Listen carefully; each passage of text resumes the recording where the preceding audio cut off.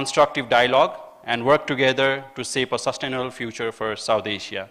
We have with us Dr. Ratnakar Adhikari, Chairman of South Nepal, moderating this plenary session.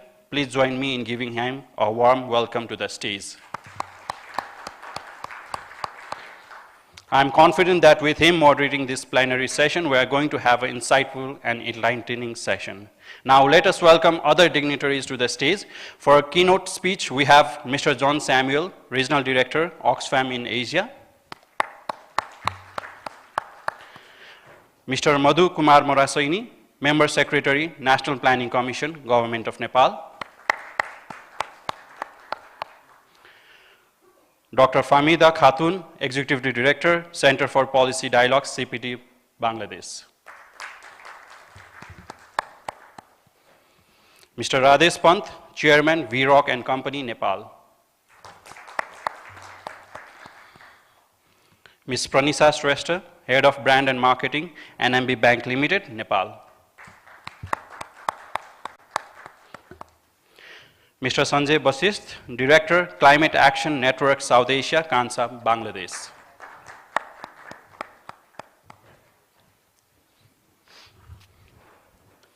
Thank you all for being here today, and I invite our moderator, Dr. Ratnakar Adhikari, to take the stage. Thank you.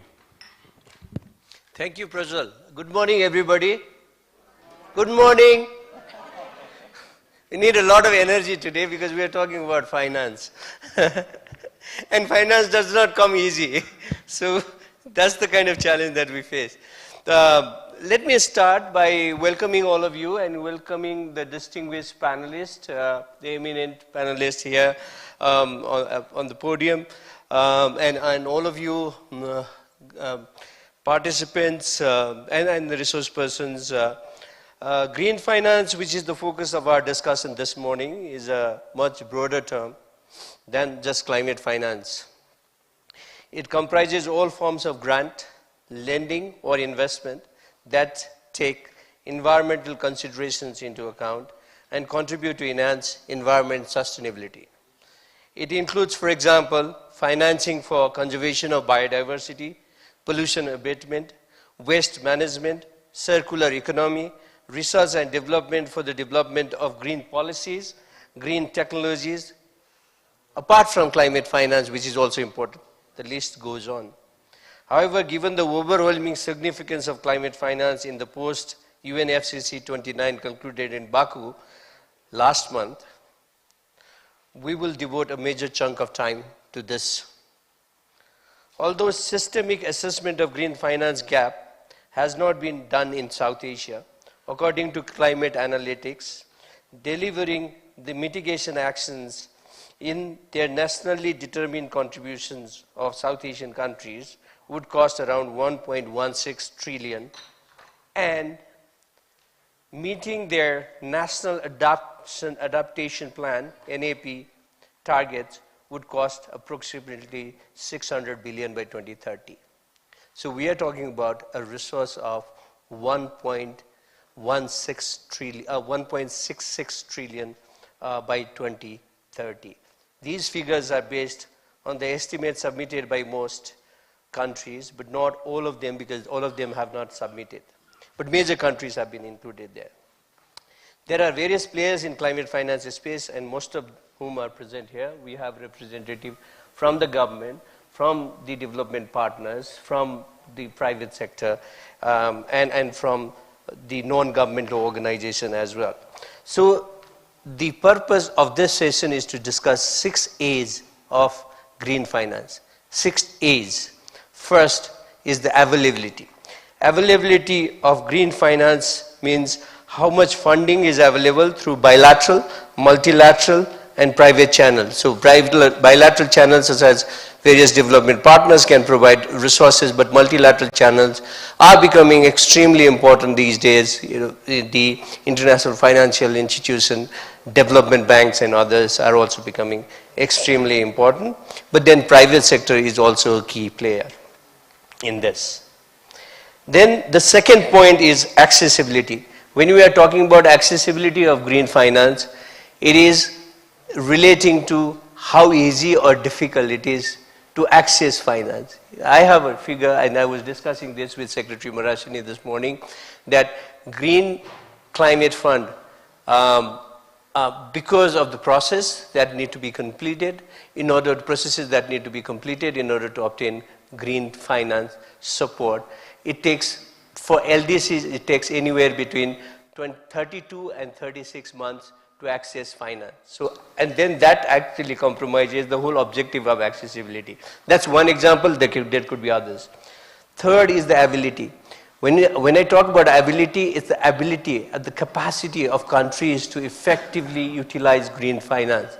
So, I mean, if you are talking about, let's say, providing green finance support for the micro, small, and medium enterprises in order to help them to produce and export organic goods, then, you know, when you are talking about the capacity, you are talking about not only production, not only the productivity bit, but also competitiveness bit, and how they are able to fulfill all the requirements to be able to export to international markets. So all of that comes there, and for that, the ability becomes important. The fourth one is affordability. When we are talking about green finance, particularly loan component, how much it costs to obtain green finance becomes important. You know, this is particularly in the case of banks and financial institutions. We'll hear more from our colleague from Nepal, NMB Bank later.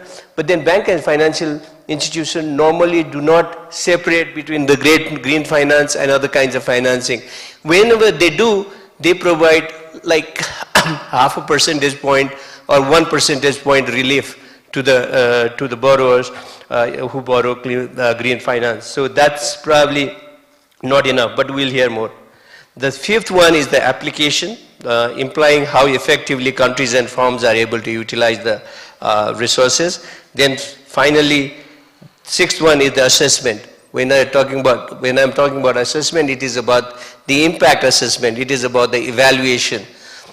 So all of that thing. And then, you know, in ability, I missed one point, you know, ability to access finance is also important. So these are the points that we would be covering today. And with these initial remarks, what I would like to do is to start the panel. And let's set some ground rules. After I invite the keynote speaker, for keynote speaker, I have provided 10 to 12 minutes. And we have colleagues there who would be showing that 2-minute sign there and 1 minute sign. That's the time to wrap up, right? 1 minute sign is the time to wrap up. So that's the first bit. And then there will be 2 rounds of questions. In the first round, I would be asking you, all of you, the panelists, to share your thoughts in 5 minutes.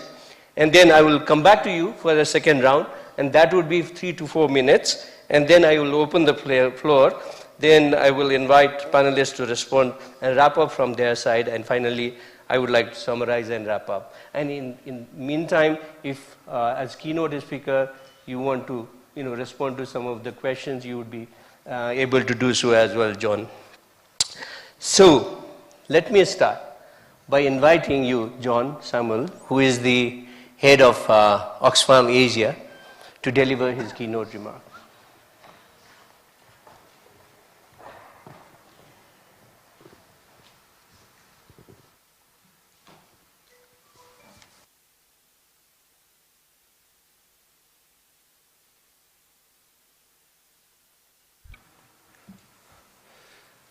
Good morning to everyone. Dr. Nyan Adhikari and very distinguished panelists, friends, colleagues, ladies and gentlemen. Just before we end this session, around 50 people would have died due to climate crisis.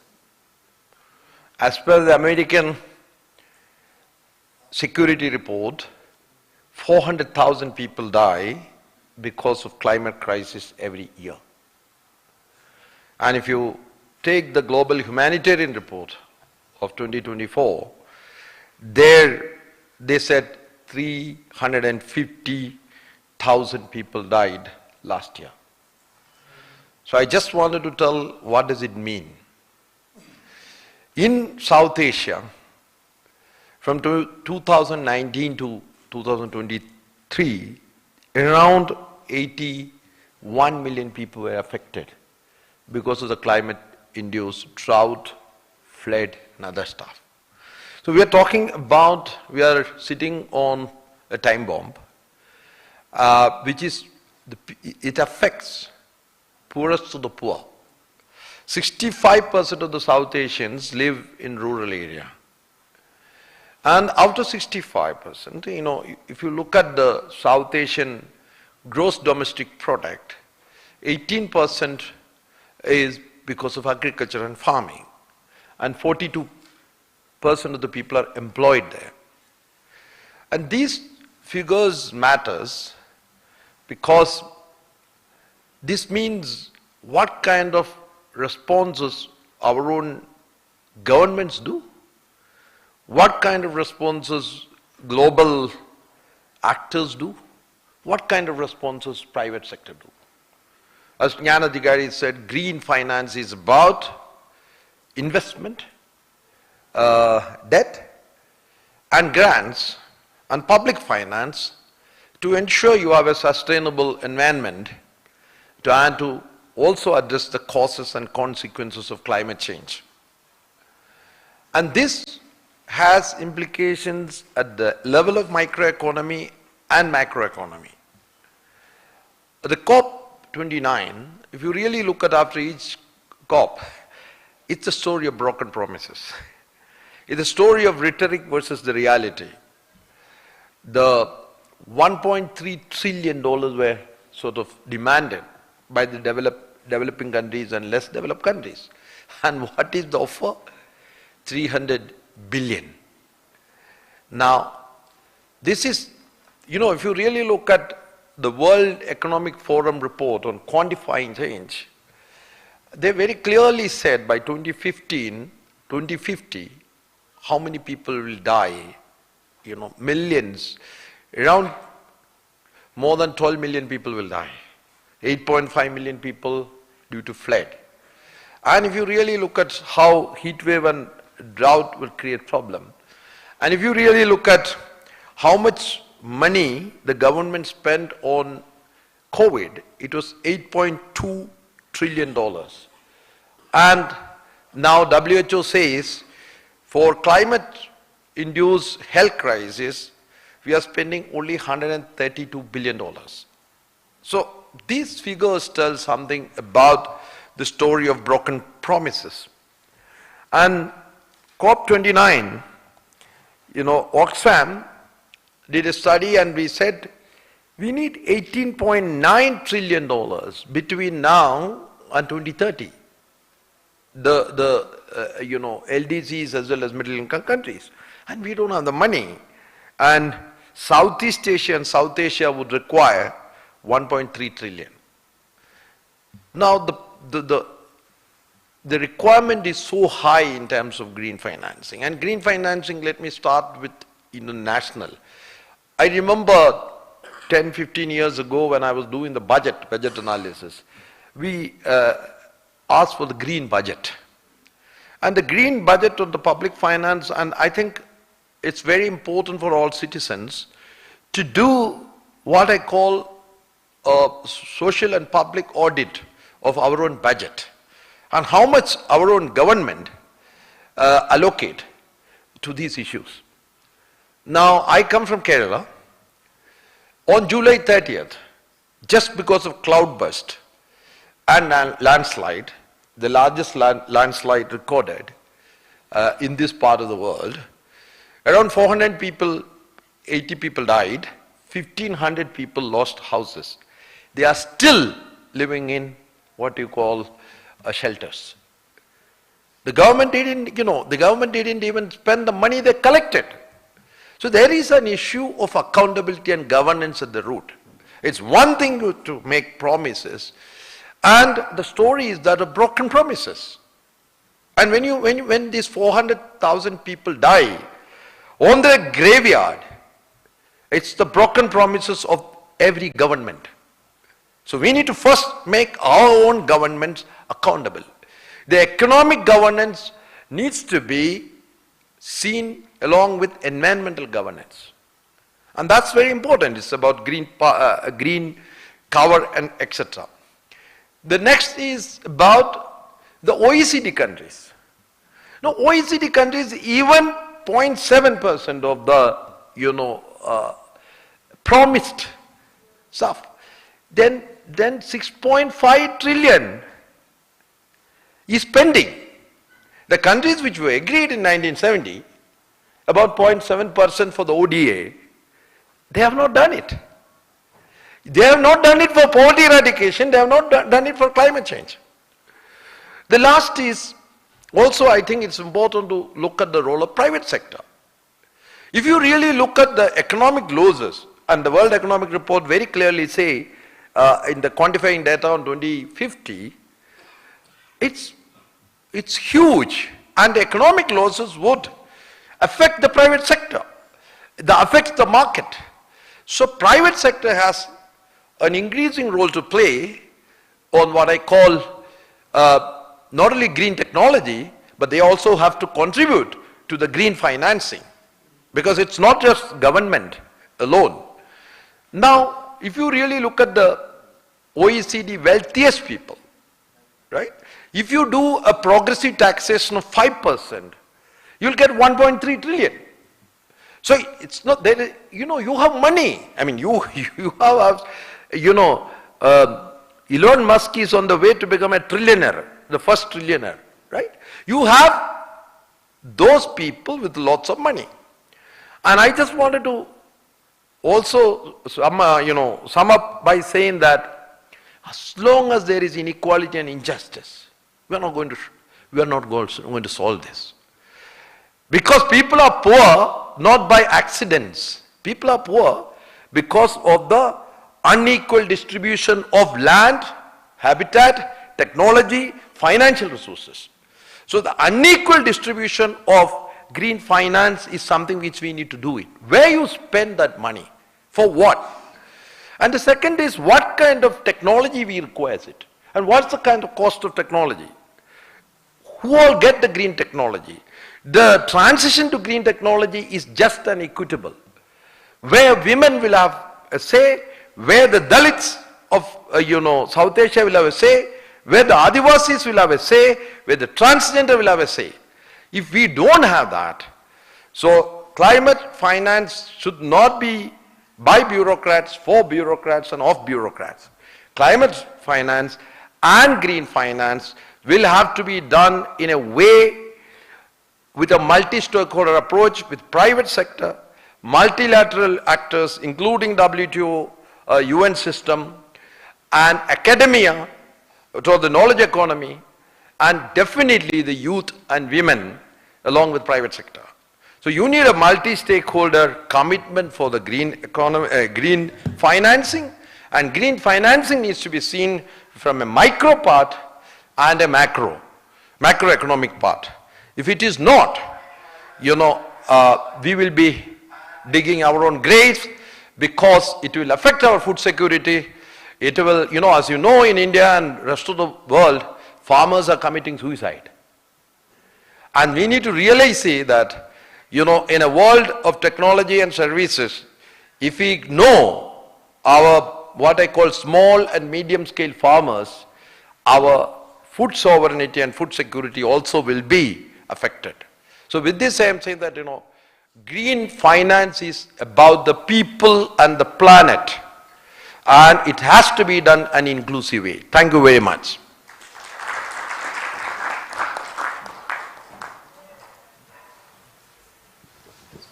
Thank you, John, for that keynote speech where you not only talked about the broken promises, but also ended up with finally mentioning about the inclusive green finance. And you also touched upon the issue of technology and finance come together. And sometimes when you are talking about private investment, and if you are talking about the investment from the private sector, one of the reasons why the foreign direct investment is invited is to bring in technology as well. So, and then you also talked about the accountability of government. So we have somebody from government, but we are not asking him question about accountability. So we have Secretary Madhu Marasani, who is currently Secretary at the National Planning Commission. So Secretary Marasani, given your experience previously as Finance Secretary, as well as the board member of Nepal Rashtra Bank, which is the central bank of Nepal, and currently as the Secretary of the National Planning Commission. Could you please let us know how governments can enhance regulatory framework to support the growth of green finance? You have 5 minutes, Secretary. Over to you. Thank you very much. Okay, it's working. Good morning all, and thank you Ratnakarji, my good friend and moderator of this session. And first and foremost, I'd like to thank Saudi for organizing this very timely discussion, as the title itself says that we are discussing on green finance, especially in the conditions or circumstances that was created during the COP29 in Baku, right? I was listening to the news at that time that some days the negotiators from developing countries were, calling that, no deal is better than a bad deal. And at the latter part, they started compromising that some deal is better than no deal. So we are on that type of conundrum, But the thing is that we have so many things to do, because when we talk about green financing is not merely a financing, it's a financing for sustainable development. It's a financing for future, it's a financing for our people, planet, and of course for prosperity. So this is very critical issue that we are going to discuss, and we have to look at through the prism of keeping it aside and on a more forward-looking approach. So traditional way of thinking would not help. So we should be thinking beyond the box. Having said that, let me, when you asked Ratnakarji me about what governments should devise, how governments should devise the regulatory framework, I should say that first and foremost, government is the rule maker, rule setter. That means government creates institutions, right? So the institutions means the rules, regulations, policies, and strategies. And those rules, regulations, policies, and strategies should be inclusive, not extractive. That is very commonly also, profoundly, mentioned and also globally known. And lately, the Nobel laureates, Darin Acemoglu and Johnson, who also won the Nobel Prize on economics, because the poor countries are poor because of their poor institutions. So let's improve our institutions. That's the number one condition, and that should be inclusive institution. That's where we have to focus on. So how we make the inclusive institutions is that when we talk about the green regulatory framework for the green financing, then first and foremost is that we need to have a green finance taxonomy. So that clearly defines, the way, the pathways to obtain green finance in a smoother, in an efficient, in a transparent and accountable and fair manner. So green finance taxonomy is the number one important regulatory framework that I see. Apart from that, and also I'm happy to mention here that Nepal Rashtra Bank has recently, launched Nepal Green Finance Taxonomy. So I'm pretty sure that Nepal's bank and financing sector would be following that taxonomy, and that will lead them to finance for sustainable development. So I'm very much optimistic on that way. Number two is that align your development priorities towards sustainable development, policy and budgeting and planning as well. Nepal's 16th development plan, for example, one of the strategies out of 13 strategies is creating environment for green economy and also enabling space for green financing. That is one of the major strategies of 16th development plan.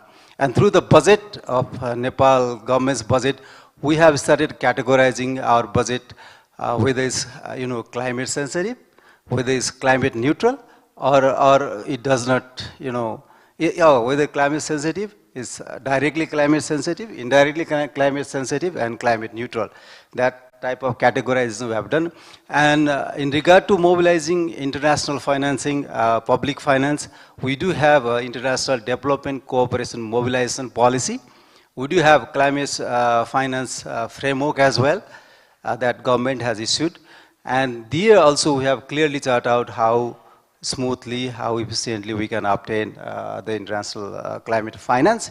However, as Ratnakarji was saying that because of the complexity in accessing the global climate finance, we are very far behind to have access in those funds and to utilize that to really greening our economy. So I have already seen the 1 minute sign, and I have so many things to say, but thank you for letting me keep my points for the next round. Thank you. Thank you, Secretary Parasani. I mean, the first point that you mentioned, I think resonates with many of us when you say institutions matter. Yes, they do matter. The second thing is that people do matter. People also matter, but the institution matter more than people.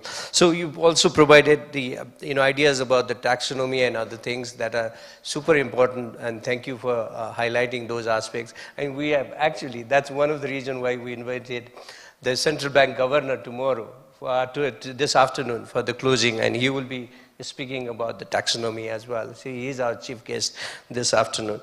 So with these words now, I would like to move to Famida.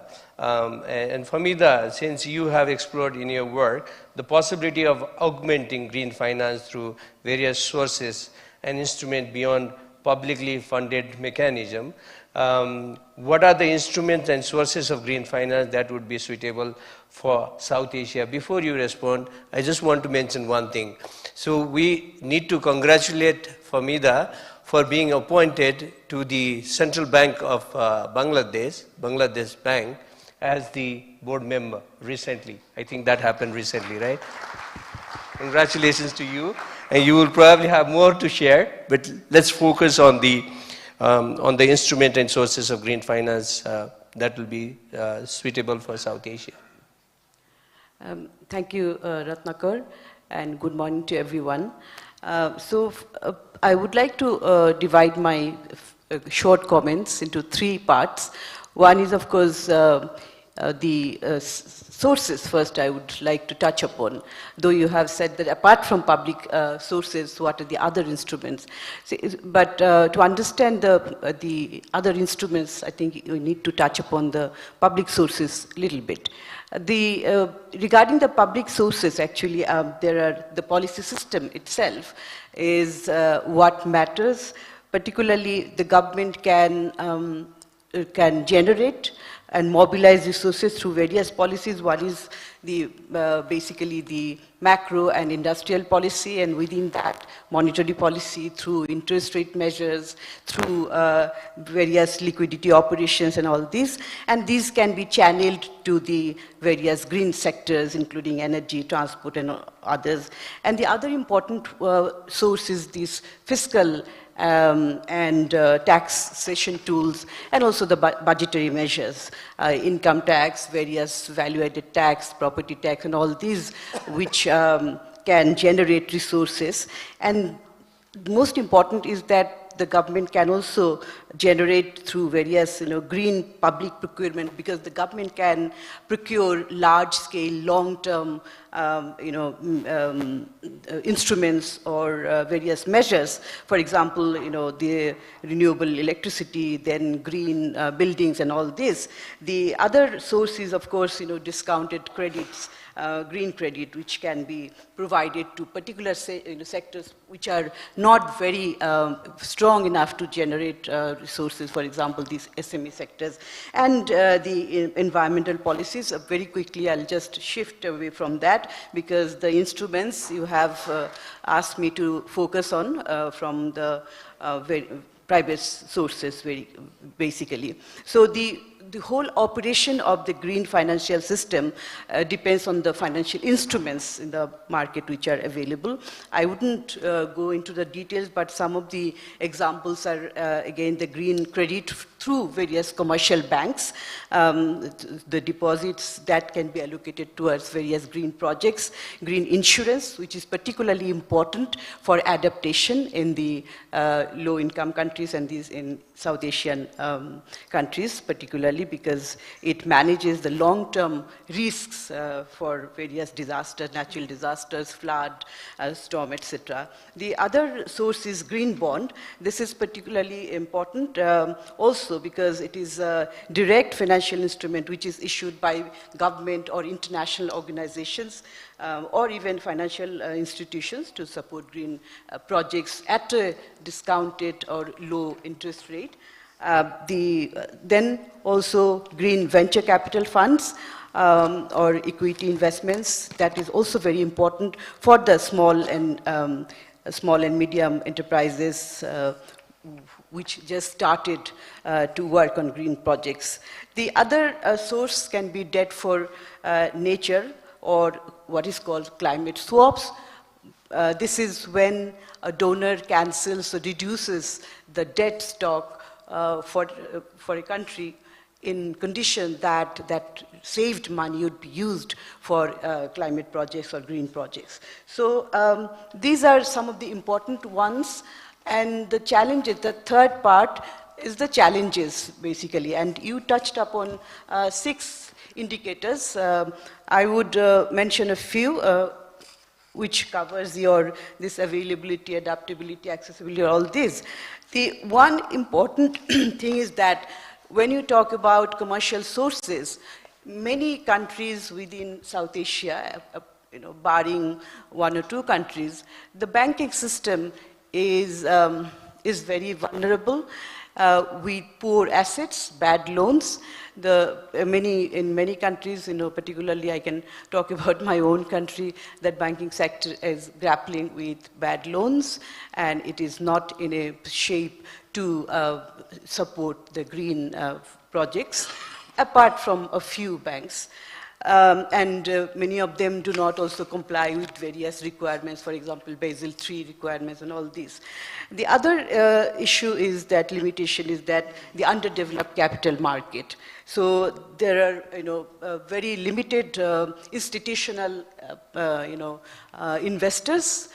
Government is the major investor. And it is also very narrow. There is limited, green bonds and all. In some countries there are, of course, India has. In Bangladesh we have, small scale 2 private sector green bonds which has been initiated. So the third issue is that the strategic green finance framework, which is absent mostly.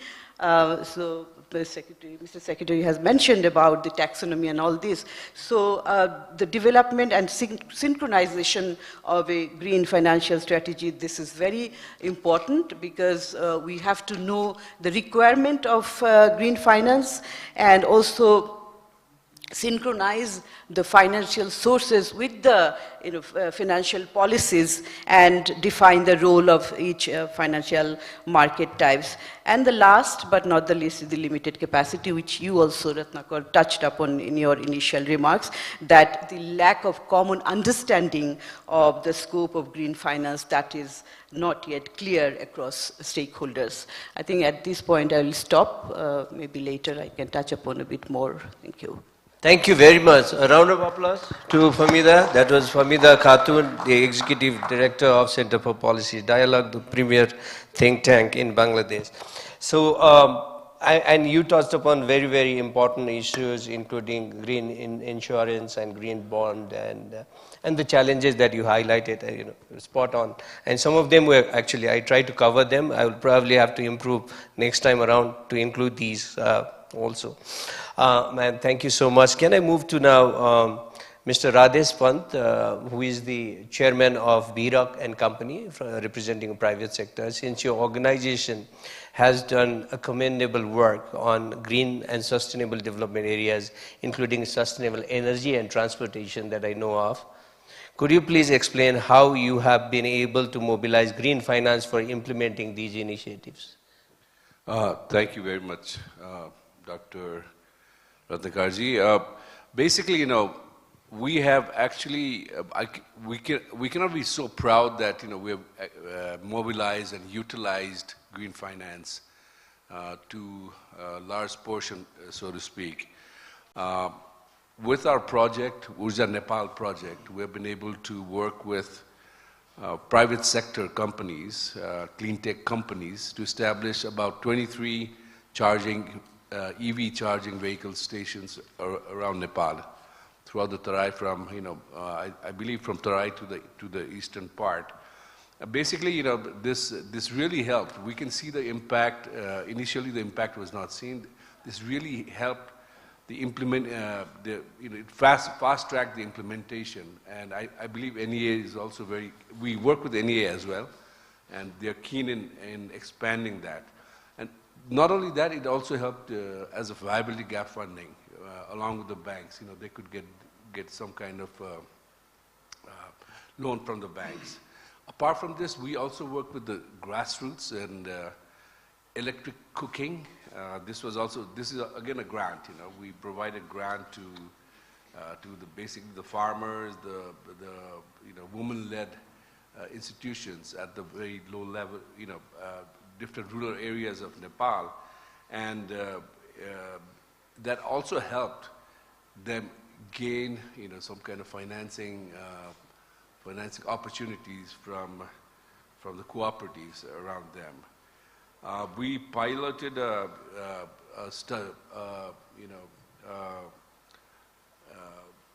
efficiency solutions, essentially worked with industries such as the cold storage and dairy, and by promoting this, innovative model, and it really cut their operational cost and reduce their industrial emission and so forth. So now we work very closely with NEA, and basically with NEA we're looking into hydropower projects that have strong potential to green financing. And as a matter of fact, we're working with a large project right now with them, and also sensitizing the NEA, in what this, how they can streamline their processes in order to accommodate, educate, enhance capacities of their staff, and also, to access these financing. And the other work that we're doing right now is working with the GSF accredited entities. Currently, we're working with AEPC, the agriculture, not agriculture, sorry, Alternate Energy Institution, and then also with the bank, Nepal Investment Mega Bank. So what we're doing is we're working with the private sectors to design projects for which they can get, hopefully, funding from the GCF. And last but not the least, we are partnering with the Kathmandu University. As you must have read in the news, Kathmandu University has made significant studies in green hydrogen research. So we're trying to pilot a project that would help the transport industry, and that would actually ultimately that we could commercialize that, in other parts of the country as well. So having said that, there's a lot more to do. If I look at the Mr. Secretary, the keynote speaker, and my other, the panelists from CPD. Panelist. What I can say out of experience is that, it's not really about the policies. Policies, we can always make the policies. I liked what our keynote speaker said. I think there has to be buy-in from each and every stakeholders. It's not just the government coming out with a policy. It's not just the private sector. Actually, people like you and I, people like public need to understand that if we focus on climate, if we focus on green financing, then basically it's not just for us. It's for generations after us. The benefit cannot be reaped just immediately, right? I mean, financing does not mean you get the finance from the bank and then that's the end of the story. So that sort of patience, that sort of long-term strategy, I think, needs to be brought out in all the stakeholders. And secondly, I think it's not about the money, and we always talk about green financing, this fund, that fund. There is enough money.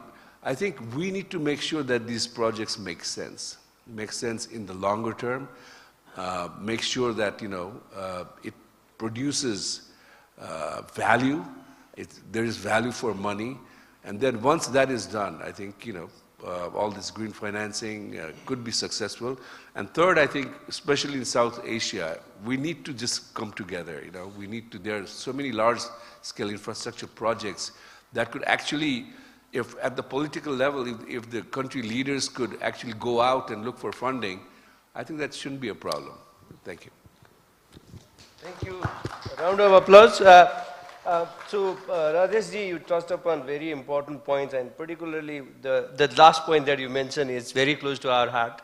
Regional cooperation is super important for regional infrastructure project, and how to mobilize climate finance for regional public good is something that we haven't thought through. And this is one of the things where we need to do additional research.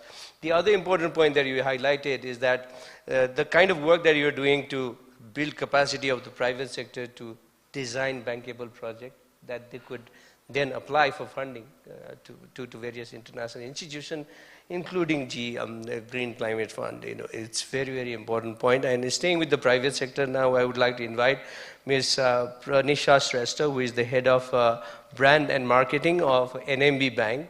From what I understand, Pranisha, your bank has been at the forefront of providing green finance to various enterprises. What we would like to know is, in which sectors have your bank extended green financing support? What has worked and why? Please feel free to share any example of best practices that could be replicated elsewhere in South Asia. Over to you, Pranisha. Thank you, Dr. Ratnagar. Thank you, Swati.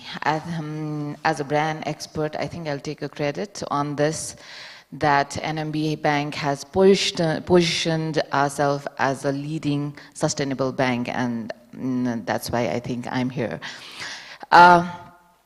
Sustainability has always been our core strategic priority for NMB Bank, and driving our commitment to the green financing.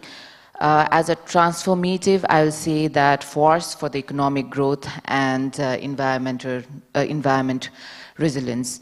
And as our speaker John also has, as a keynote speaker, has always said that NMB vision has always been in line with the people and planet first, and then the profit comes after that. Our primary focus has always been including the renewable energy projects like hydropower, utility scale power, solar, complemented by the investments into energy productions, biomass, and electric vehicles to add on. So I would reiterate myself as NMB Bank is one of the mostly one of the leading bank on financing the hydro projects. What has worked for us is we are the first bank to develop the in-house expertise, as we have seen in the past two sessions talking about the knowledge gap and how we are financing those kinds of projects. So we have specialized in-house experts, we hire hydro engineers, we have ENS experts in-house. I think that enables us to offer more comprehensive advisory and financial support to our clients. Additionally, we are also expanding our investments on the rooftop solars, a project for the commercial and the institutional sector also. One of the benchmark that NMB Bank has done on the waste to energy is we have done our exercise, and we support blended finance, and one of the benchmark that we have created with the combination with the project with the municipal waste to energy, waste to management with the renewable energy production. So another on the retail front side, we have been prioritizing our EVs, financing the developing infrastructures like charging stations. As we are, we have just recently also want to share we have been awarded recently for the web, for the special gender mentioned on the gender inclusive, and Nepal's been the first one to get that award on the gender inclusion workforce place. We have been encouraging the women EV owners on the retail front so that it aligns with our inclusion initiatives. So what we have worked in NMB Bank is our unwavering commitment towards the sustainability, which our vision in lines with the Nepal's net zero emissions goals also. As I've already talked about, we have a robust expertise and the technical support, which ensures that project meet rigorous green financing framework, as well as supported by our environmental social due diligence. We are only one of the member of the Global Alliance Banking of Values, which help us to adopt the best global practices, and such as green bond principles, as well as the accounting standards under the PCAF. We emphasize on the transparency, and another one of the leading by example is that we are the first bank to disclose the carbon footprint in Nepal. And I think that has fostered the investors' confidence among us, and we also unlocked the global green investment opportunities for NMB Bank. So, as we said, going on saying that we have a long way to go, but by fostering the renewable energies, hydropower financing, EV adoptions, I think we are not only contributing to the Nepal's sustainable goals, but we are also inspiring other financial institutions across the South Asia to integrate the sustainability as our core strategies and paving the way for a greener and more resilient future. Thank you. Thank you very much. Thank you for touching upon these aspects of your work, including inclusive green finance. Not only green finance, but also inclusive green finance, and that is important. Now let me round up this session by going to Sanjay Vasist, who is the director of KANSA.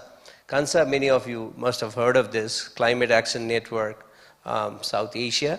So Sanjay, again, coming back to the point that John made in relation to the broken promises and all of that, let's revisit that point again from your perspective. How do you evaluate the outcome of COP29, both in terms of net collective quantified goal, NCQG, and carbon market? Thank you. Ratnakar, how much time do I have, Ratnakar? 5 minutes. 5 minutes, and I don't have to look in that direction. Okay, thank you. Thank you, Ratnakar. And I think I'll start with the two remarks that John made about green finance required for transformation. And for CAN South Asia, our advocacy efforts are that how do we visualize transformation? Of course, carbon-free future, resilience to people, no one is left behind, including those who are working in fossil fuel sectors, and of course, equal opportunities for all, for future generations. So, and John also gave a very good comparison of 8.1 trillion for COVID versus 132 billion for climate action, and I think that's the reality. And that also shows that actually brought onus on COP process, that unless we have climate finance agreed, the ambition cannot be unlocked, neither in mitigation, nor in adaptation or loss and damage. And that's why we termed it as a COP for finance. So this, everyone started talking about it 1 year back after Dubai COP, that this is going to be a finance COP, like next year, Brazil COP is being seen as a nature COP because it's in Belém. So let's look at the, how the posturing was and countries' expectations were. India talked about $1 trillion USD required for finance as a new climate quantified goal, and then Arab world said 2 trillions required. So there were various numbers that came in, and CSOs like CAN, we took a position that 1 trillion in grants, and we also demanded 5 trillion climate debt to be repatriated. But then the reality was completely different. EU came without numbers. There was no number with them, and primarily because domestically they have challenges. Germany, which is a progressive country, the government is in minority. The elections are due in February next year. We also know Trump has come in power.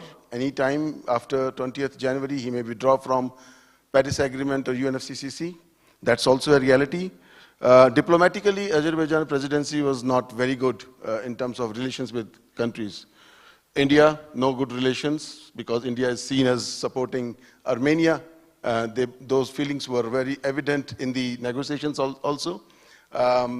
They also had a very bad relations with France. In fact, France energy minister cancelled her visit in the first week because of some statement made by a senior politician in Azerbaijan. Argentinian delegation went back. That's not because of Azerbaijan diplomacy, but more because Trump spoke to the Argentinian president, and in first week they called Argentinian negotiators back.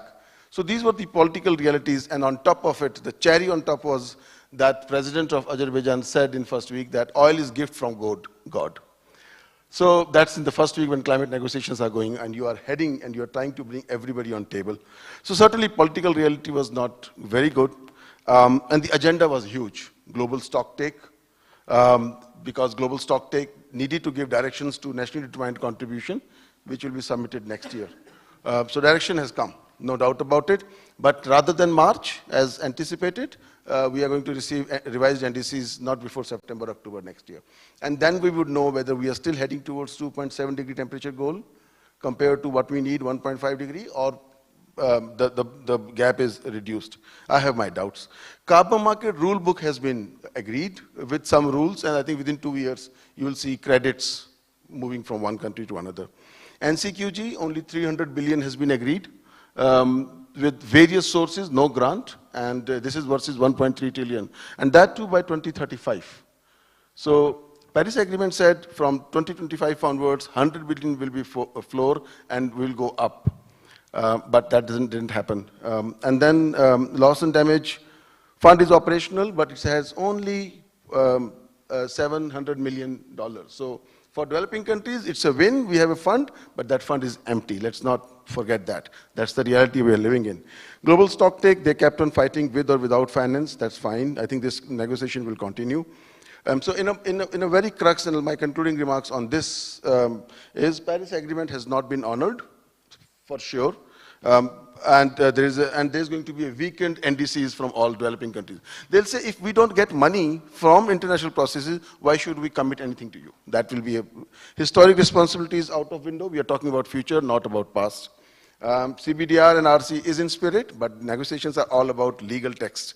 And loss and damage we are negotiating, and Paris Agreement already says without liability and without any compensation.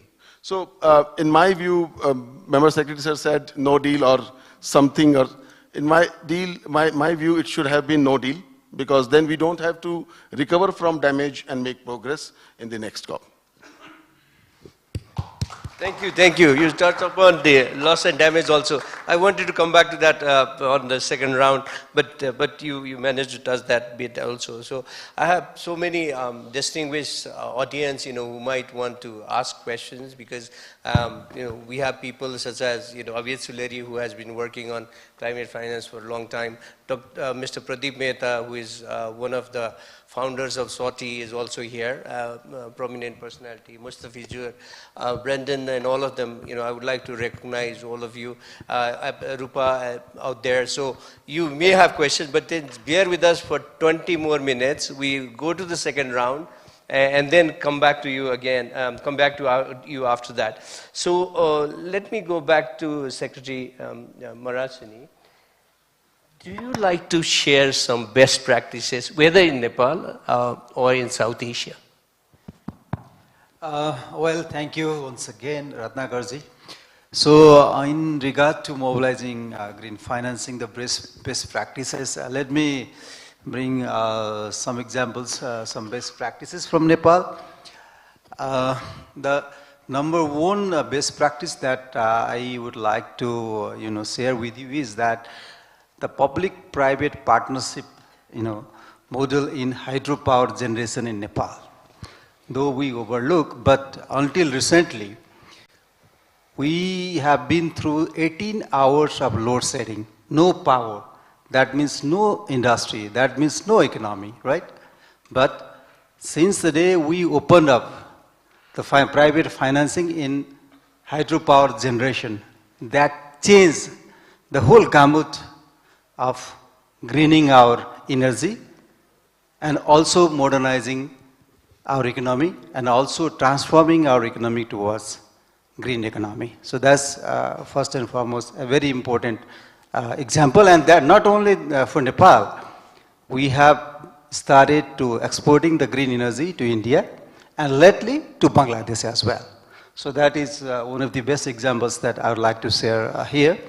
And number second, not only domestically, but with the international development partners as well, we have signed in 2021 the green initiatives, green, resilient, and inclusive development initiatives with our development partners.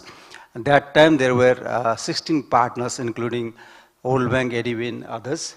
That the financing from those multilateral agencies would be directed towards green economy, greening our economy, and also protecting our vulnerable groups, because Nepal is one of the most vulnerable countries when we talk about climate change, in effects of climate change.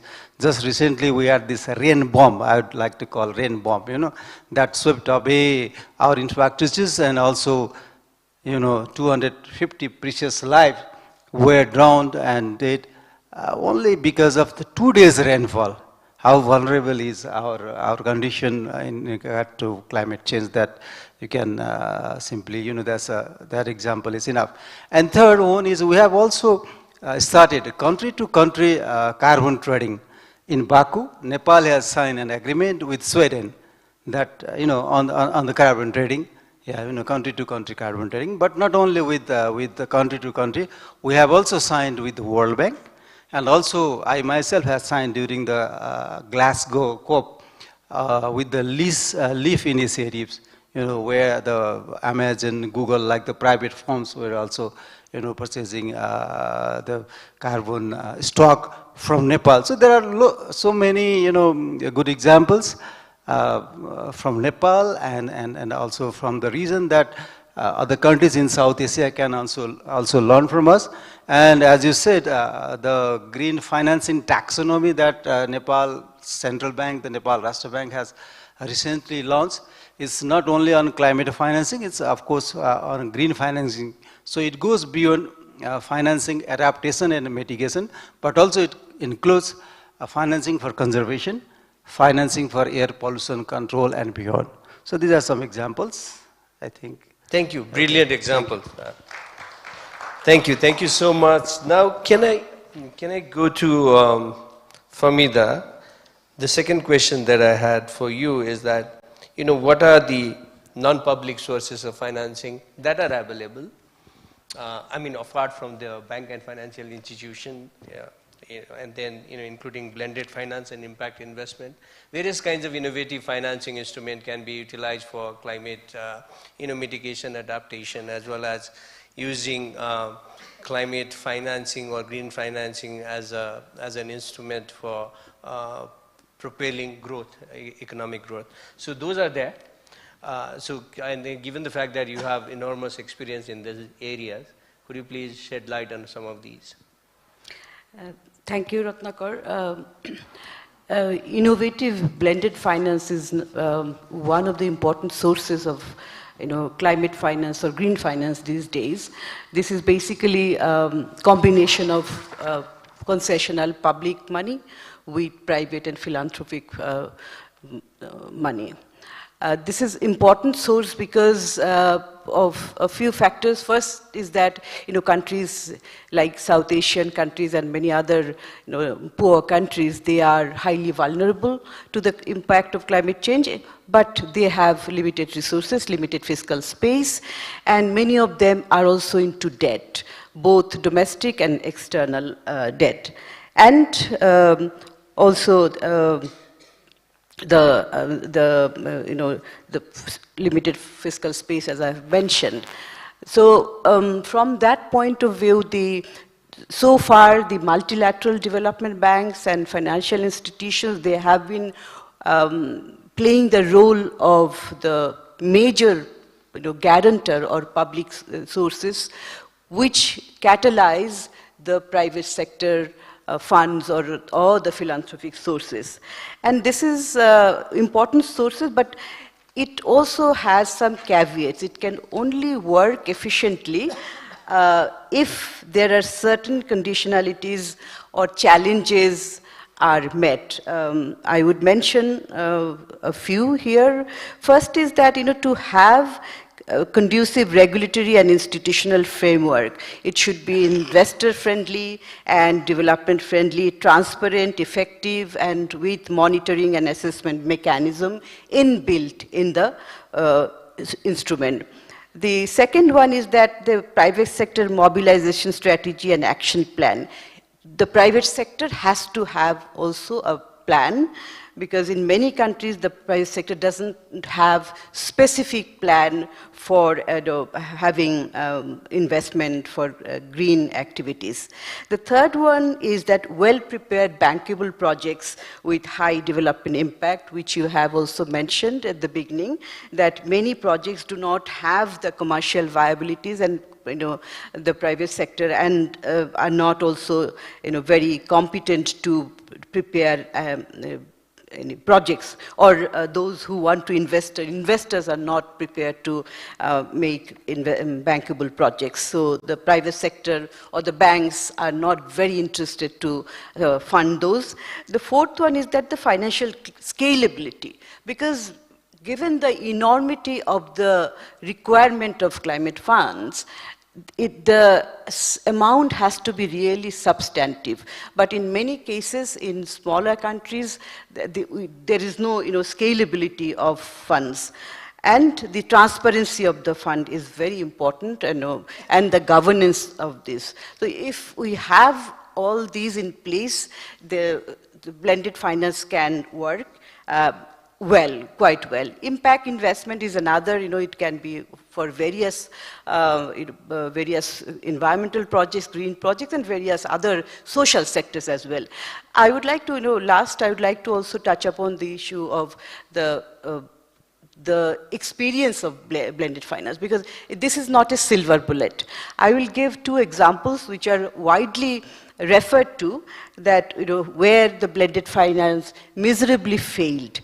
One is the example of South Africa's Just Energy Transition Partnership, which was announced in 2021 in COP26 in Glasgow. And the amount was, initial amount was $8.5 billion for a period of 2023 to 2027, but later on it has increased to 98 billion. The other one is the scaling solar program in Zambia by International Finance Corporation in 2015. What has happened in both the cases is that these projects became high-cost projects, and there was lack of transparency, and the grant element of those funds were very limited. In fact, in case of South Africa, there was this South Africa's Presidential Climate Commission. Their observation was this. And in case of Zambia also, a think tank called Energy for Growth Hub, they undertook a study which also found similar experiences. And in fact, they found that these projects were implemented even at a time when the country was in high debt.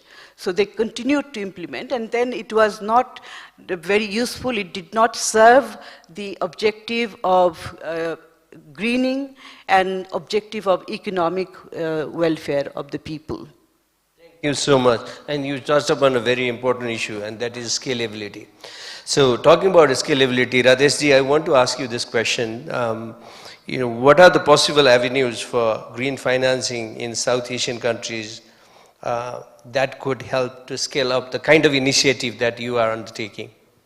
No, first of all, I think as the Secretary mentioned and also Dr. Khatun mentioned, I think there's a lot of opportunity on the public-private partnership projects, whereby the government can bring in or attract concessional finance, and the rest could be done by the private sector, the banks, and probably international banks as well, because that sort of will reduce the risk of the project. So, for example, currently we're talking about financing the large-scale hydropower projects of Nepal through on a PPP model, right? Which is, it has to be, I think, because when the private sector gets into these projects, it's all about profits or commercially viability for them. So they will make these projects happen, provided you sort of kick in some viability funding in terms of concessional finance or so forth. So that's one. The second, as again Dr. Khatun had brought, is about the bonds and debt invest instruments. Unfortunately, in Nepal, the debt market, the capital market is, I would say, even non-existent. It's very difficult to raise capital in the stock market. But again, that can be had, I think, if we focus more on the capital market, and hopefully capital market will mature as it has in India. So that's the second thing. Third is also the leveraging, all these international climate funds, as we talked about the Green Climate Fund, the Global Environment Fund, the Climate Investment Funds, whereby I think, and I personally feel, in order to get to these people, the government has to take a leadership role, because I think, for someone, especially for Nepal, I can speak for Nepal, is that the private sector is active and it's there, but the size of the private sector is not as so big that they could access these funds directly. So that's the other is, again, the bilateral, multilateral, as we talked about. There are projects coming up, the Green Growth Nepal project of the British Embassy. I mean, they are going to focus on some kind of grants. Their focus is on green projects of Nepal, to develop these Nepal, to help government or the investment board, for that matter, to develop these projects. And another important, I think I pointed out, is the regional cooperation platform. We have these regional ways, and I think it's high time we really focus on regional strength. We've been talking about this for years and years, for decades now. And as you can see, Europe has become very strong. In other parts of the world also, the regions are doing really well because they're working among themselves. So the SAARC Development Fund, maybe it's, or the BIMSTEC, these are some of the ways to promote these green projects. And the other point also is carbon financing, credit, and markets. I think we really, in Nepal have not really looked into it, so to speak, How can we engage in international carbon markets? Probably, again, effort from the private sector and the government, in order for, because we have a lot of opportunity. We say that Nepal is a very natural resource, country, and so, but we really haven't, I don't think we have gone through these areas. And finally, also is the alignment. I think in order to get these investments, there's got to be national policy alignment between various policies, and policies need to be implementable. I mean, I always stress that just having a policy just to get you across the first door is not enough. I think these are, again, sustainable. You're working for a long term, so for that, the policies also need to have that sort of tone from the government to make it happen. Thank you. Thank you. Now I'm going to go to Pranesh. Pranesh, do you face any challenges in terms of lending? I mean, lending is probably simple, but do you face any regulatory, repayment, or impact assessment related challenges while providing green finance to your clients? Definitely. We face a lot of challenges,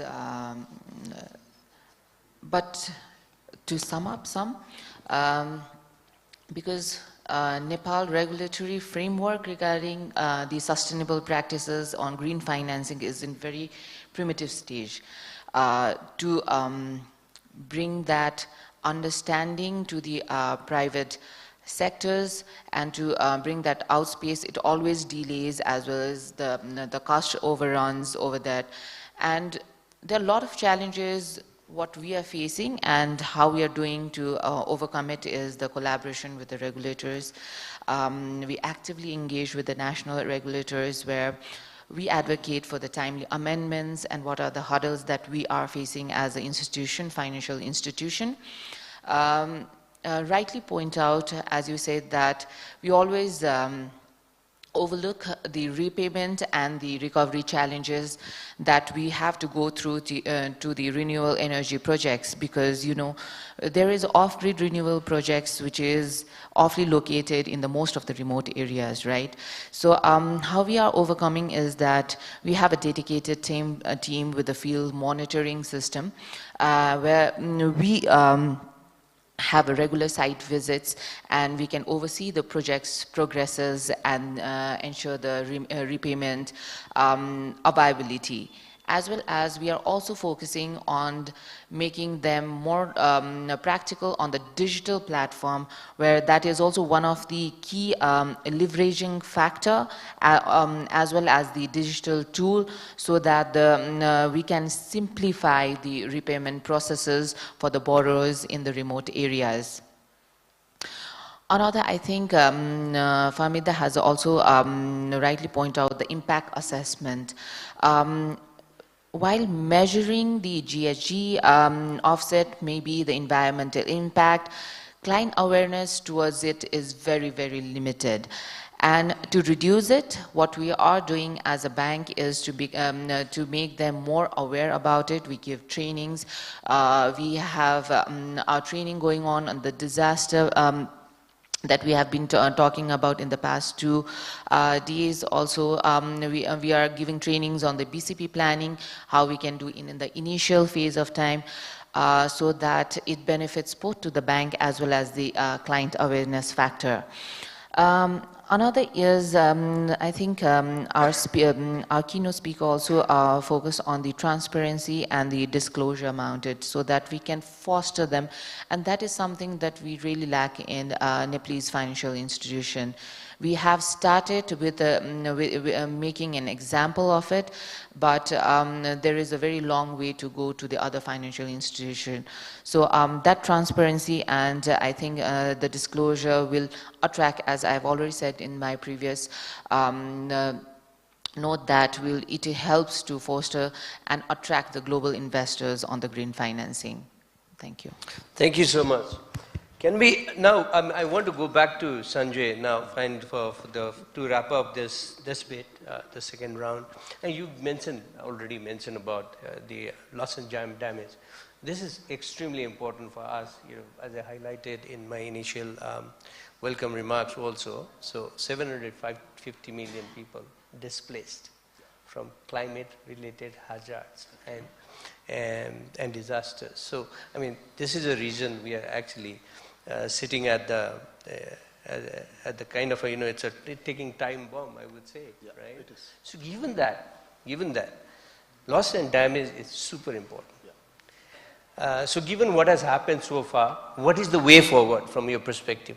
What is the way forward? Yeah, and I'll also expand with 3 points on climate finance later on, Ratnagar, if that's allowed. So loss and damage, I think as of now, in Paris Agreement, loss and damage was mentioned as adaptation, within adaptation pillar. That was a compromise that was made between developed and developing country. But then loss and damage fund was created in Glasgow, and then later on in Sharm el-Sheikh and Dubai also. So fund is operational now. There is a board that has been put in place, secretariat put in place, headquarters secretariat will be in Manila, Philippines, and it only has 700 million. So it's a shallow institution as of now. It doesn't have money. And there's a Warsaw International Mechanism which will keep on guiding, which will keep on basically working with loss and damage to frame methodologies, on how loss and damage fund need to be distributed. And they are certainly following Green Climate Fund model for sure. So that's the one aspect. In terms of way forward, I don't think we should wait for loss and damage fund to deliver. Even if they deliver, they'll give very less money. Compared to mitigation, in my opinion, adaptation need less money, mitigation need more money, loss and damage need much more money, because it's about recreating the losses that has happened to the ecosystem. And keeping that in mind, I think within South Asia, and I would say all countries, we should work on loss and damage frameworks for our own countries. Identify loss and damage hotspots, and let's work on that. What can be recovered through intensive adaptation measures, what can be done through reconstruction or alternatives in order to rehabilitate people. South Asia is working on climate-induced migration, and along with all partners, we are pitching for legal and social protection for migrants. They deserve that. They don't want to migrate, they are forced to migrate. So that's why we call them, because of push factors, they have migrated. Now coming on climate finance, I think I'm really happy to see private sector banks from South Asia really getting into climate space and identifying their role and the instruments you all are working on, because that is required. Because in NCQG deal in Baku, it's more about investment approach rather than grant approach. So investment approach would mean, and I fear, and this is, I'm talking among all trade experts and market experts here, I fear that this may be a way for developed countries to bypass trade barriers and find new markets. And that's why our CBM comes in place, and that is important. So let's be aware about that possibility and keep a watch, and that is important. Another is quality or contributors base. Who should contribute to NCQG? Developing country says, no, apply principles of UNFCCC, we are not liable, you are liable. But then the backdoor entry is through multinational development banks, where India, China also contributes, and the developing countries also contribute. So let's be aware about that, how NCQG game is being played. So loss and damage and NCQG. Thank you so much. Thank you. Really good one there. And so with these, now we've concluded our questions to the panelists, and then intervention from the panelists. Now I would like to invite Professor Mustafizur Rahman. Then I'll come to you, Abid and Pradeep, and Dr. Pandey. So 5. I need some female participant also. I mean, I want to be a bit gender balanced. No, I'll come to you, Mr. Tuladar. Yeah. Okay, Ratnakar, thank you very much. Really fascinating discussion. I think Sanjay mentioned it, and then Mr. Marcini also gave some very good examples. I'm talking about carbon credit. My question is to Famida. Dr. Famida, we heard from Mr. Marcini that Nepal has taken a number of initiatives with regard to carbon credit. What is the case with regard to Bangladesh? Have we taken any initiative in this regard? Thank you.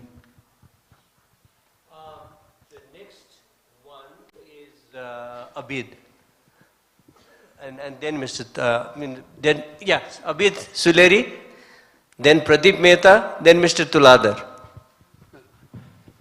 Thank you, and my gratitude to all the panelists for highlighting various aspects of climate finance. As a member of COP29 International Advisory Committee, I just wanted to add a couple of points here.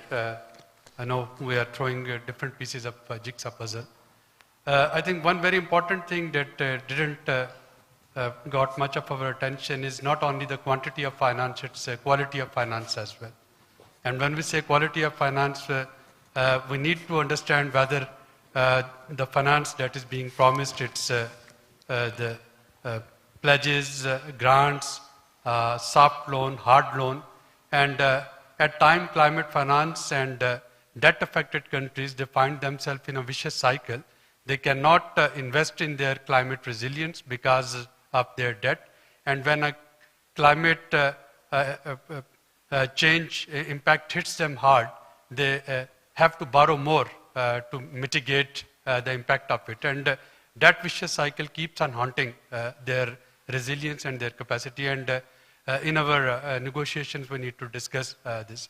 The second important point is that COP29 was significant in the terms that this time the discussion was not on emission or on the degree centigrades. It's about the finance which is required to contain or to reduce those emissions, which means that now onwards, climate negotiation would not only be a scientific negotiation, it would be a financial negotiation as well. And if it's a financial negotiation, we need to keep in mind the impact of inflation. The amount that was promised to the international community in 2009, $100 billion number, which got materialized only in 2022, due to the inflationary impact, the reduction in purchasing price, that $100 billion had reduced to $60 billion. Today, when we are talking of $300 billion, if one keeps in mind the 2.35% inflation, average inflation in US for last 15 years, that would be reduced by 22% by the time it gets realized. So when the countries, they are producing their NDCs, I think they also they are demanding for climate finance. They need to keep in mind the inflationary impact while negotiating a number. And very final point, because I was closely involved in the negotiation as well as with the presidency, the number 250 to $300 billion was there from the day first. The presidency was trying EU to disclose this number, and EU negotiators, they were reluctant to disclose it. Even one of the press conferences that we did in the Kansa, I tried to reveal that number. One journalist asked me, and I said the deal would be around 250 to $300 billion. So they were deliberately trying to not to reveal this number till last day, so that developing countries, they should, the LDCs, they should get fatigued from negotiation and they should agree on whatever is being promised. And the very final point, Sanjay, I would beg to disagree with you. I think a deal is better than a bad deal. You see, we kept on criticizing SARC for a long time, asking it that it's a vestigial organization, it's a dysfunctional organization. We never realized the importance of it, and today, while it is dysfunctional, now we regret a photo op where at least the heads of government and heads of states, they could meet every year or whatever the frequency they decided to agree to disagree. Now, if there is no COP, or if we say that COP should be a failed process, we are actually distrusting on multilateralism, and the vacuum that would be created by rejecting forums like COP, that would push us to a unilateralism where by already with this aspects of Trump administration, we will have to negotiate very hard. So I am in favor of a deal, no matter how bad it is. I think we need to do our homework right so that we can keep on claiming the inches that we can. Thank you very much. Thank you. That was my friend Abid Suleri, the Executive Director of Sustainable Development Policy Institute. Now over to you, Mr. Pradeep Mehta. Thank you, Ratnakar. Thank you very much, and a very interesting discussion. Very grateful to have heard. We heard two different levels of issues in terms of green finance. One is the political, the international politics, and the other is what each of you are doing at a micro level in terms of. Now, we have to look at a kind of a mix of that. But before that, I think there are two preambular points which I must make, carrying on from what Abid stated. That we have to understand the fact that multilateralism is at peril. If you look at it, in every which way, WTO itself is, limping. One of the best multilateral institutions, I will not get into that detail because it's not really a trade discussion, but the fact is that in the context of multilateralism being the way it is, I think what Abid makes a point is something which I strongly support, that whatever the instruments we have, and we should try to keep them alive and kicking. Secondly, and most importantly, what I find in these discussions on climate finance climate issue is the lack of discussion on biodiversity. It's an equal cry for funding and loss and damage and salvaging and all that similar kind of thing. And let's not forget that climate and biodiversity are synoptic.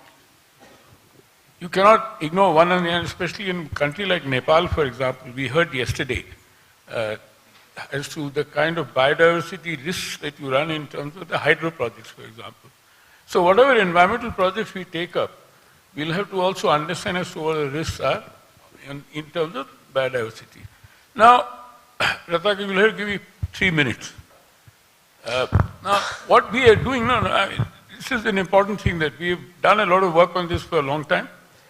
There is already a UN panel which has come out with a study headed by Nick Stern and Amal Bhattacharya, among others, Vera Songwe, and so on, which has said very clearly that the world requires about $7 to $9 trillion over the next 10 years or 15 years in order to salvage the kind of, in terms of the loss and damage that you're talking about. So, Sanjay, I'm glad that you distinguished between mitigation, adaptation, and the loss and damage. So, I'm looking only at loss and damage alone because without the kind of funding, you will not be able to carry out mitigation or adaptation procedures. Now, what we have suggested is that the governments are shy. You cannot depend upon the tax contributions from governments. So we have to have an innovative finance model. One was being mentioned here, blended finance, for example. There are at least 10 ways that we think we can go ahead. One, for example, which came up at the G20 meeting in Europe in 2010, to levy the Tobin tax. Those of you might have heard of Tobin tax. There was a proposal made by a very famous American economist that you levy 0.1% on all financial transactions happening globally, and you should be able to raise at least about $700 billion a year. Subject to inflation, of course, we'll have to see as to how it can be done. Now, various ways which can be done is we've got a literature here in terms of the campaign that we are running. That if you look at both, you need funding for both salvaging climate and biodiversity losses.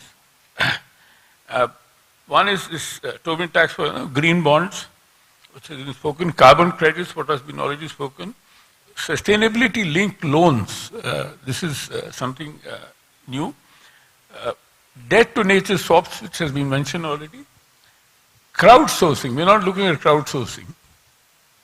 Crowdsourcing can generate a lot of funding. Philanthropic funds, look at the health, for example, Gates Foundation is funding a lot. That can, then blended finance, we spoke about PPPs, etc., and sort of various ways as to how this can be approached. And finally, Ratnakar, to conclude, and a very important point was made here in this thing, is the issue about institutions.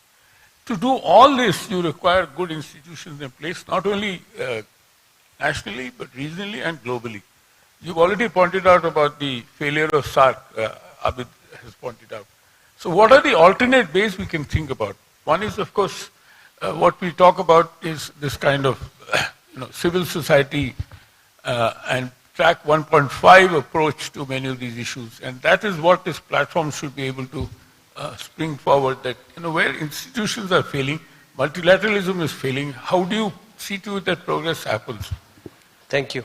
And finally, the last point, what we have not spoken about, which is again a part of SDGs, is sustainable production and consumption. We'll have to talk about how do we reduce our consumption in order to lower the emissions. Thank you. Precisely. Thank you so much for those points. Over to you, Mr. Tuladhar. Thank you very much. That's been a very enriching session. Thank you very much. And I'm Sharat Tuladhar from a bank in Nepal, and I would like to touch upon some additional aspect to green financing. First and foremost, in Nepal and emerging economies in Southeast Asia, probably. South Asia, I would say that impact investors are not there in the country. So where do we get the funds from? We need to rely on the global market. And then we talk about green financing and climate financing, then energy transition is one big aspect to it. So what I'm trying to focus on is there are various stakeholders to this. So it would be the private sector, it would be public and public sector, then it would be the government, and probably we have the international partners as well to this entire equation. So when we talk about investments and green financing, then hydropower is one big mode of energy transition for Nepal. So how much have we been encashing on that, and has the partners or the stakeholders empowered green hydropower in Nepal? Because the international investors do not consider hydropower as a clean energy because of its ESG repercussions. So we need to advocate for that as well. And then when we talk about climate mitigation and adaptation, and then again the funding gap that we see in the country, say for example for hydropower, if we look at 2030 aspirations of the country, then we need around $7 to $8 billion as investment. So like I mentioned, it is not available within the country. If we even if we take entire financial institution in the country, probably we'll collect approximately $4 billion for investment in hydropower. That is, if we do not invest anywhere else. Then we need to rely on international investors to come into Nepal and invest in clean energy that Nepal has. So to prepare for that, we need to ensure that one of the major stakeholders plays some role in facilitating the private sector, which is one big player that, as one of the panelists have already mentioned, that private sector is the key player. So how do we make that a business case for the private sector? So how do we make hydropower energy an investment for international investors in Nepal? So that's something that we need to look into, because the budget gap that we are seeing, even in the NDCs and NAP that the country has, approximately 80% of the budget is yet to be sourced, and it is not available as per the budget. So we have adequate amount of policies in place. Even if we talk about climate financing, then we have probably 8 to 10 policies already in place in the country. What we need is the government to see that how can we facilitate the private sector or take Nepal to a level that international investments come into the country, and probably the international partners that we have take a step forward and support the private sector as well. And apart from supporting us in the, it's for the emerging economies, apart from supporting in the policy level, I think they need to support on the implementation side of the green financing and climate finance as well. Thank you. Thank you, Mr. Tuladar, for your intervention. Thank you so much. Dr. Pandey.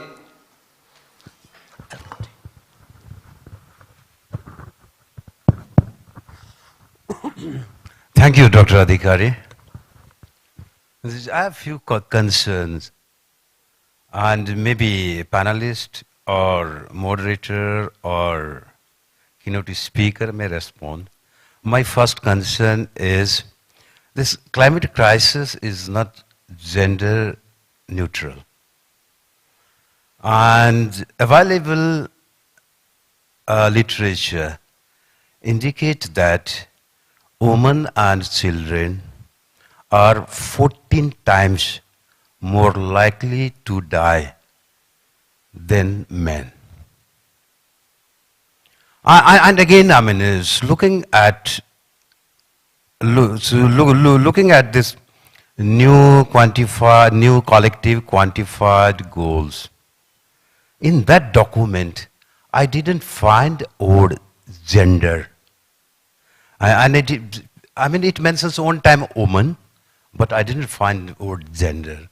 So here my concern is, how can we ensure, gender sensitive climate finance delivery pathways? That is one my concern.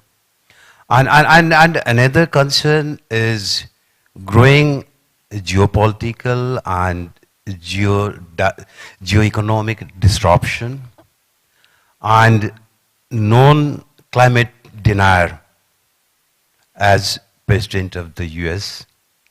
How optimistic are you on global, partnership on climate finance.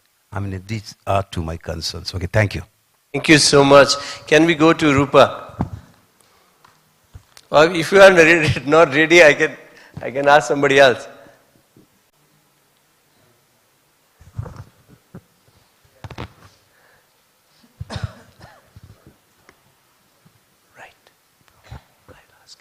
Okay, so actually part of my question was already in a comment by Pradeep, which was, when we talk about investment, the general perception that one has is of the traditional form of investment, but there are so many other forms of financing, innovative financing.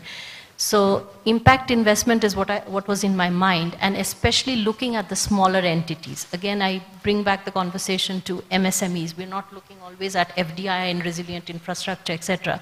So what are the countries doing on their side in terms of creating the enabling regulatory frameworks and legislation and so on to enable the smaller entities to actually access this kind of innovative financing?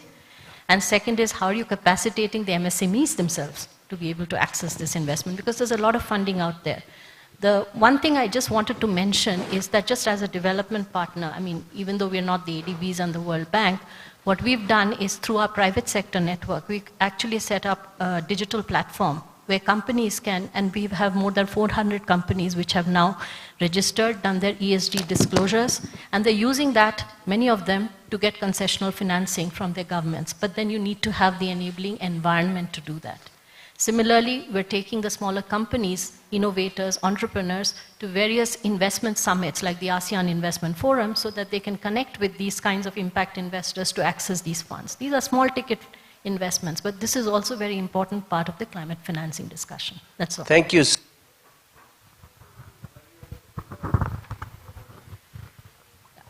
Thank you very much. Very rich discussions. I've been someone who has been in the middle of these negotiations for while I was the minister. My point is we are still talking the same language. We are still using the same vocabularies. We have also heard of the incapacity or inability for SAARC, comparing SAARC to EU. While we wait for the geopolitical issues to be resolved and for SAARC to be able to wake up and start working, there are a lot of opportunities that we can take through private partnerships, shared vision for the region.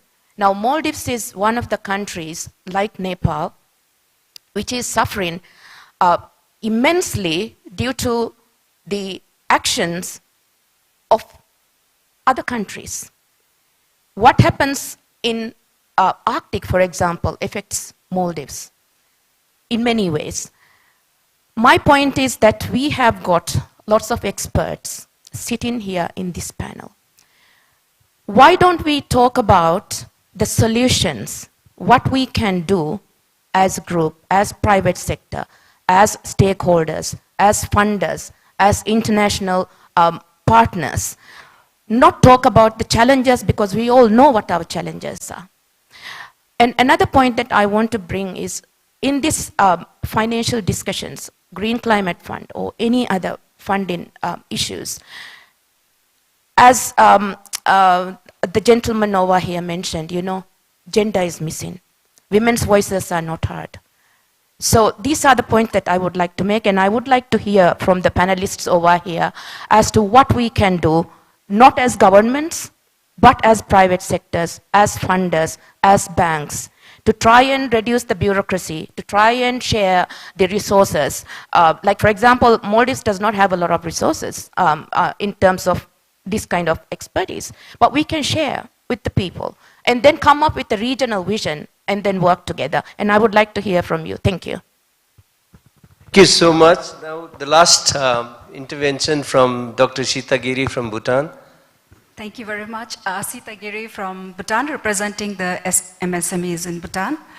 Thank you, presenters, for highlighting some of the challenges with the climate financing, the loss and damages, and also, of course, the increasing number of lives lost, despite all the improvement and risk reduction.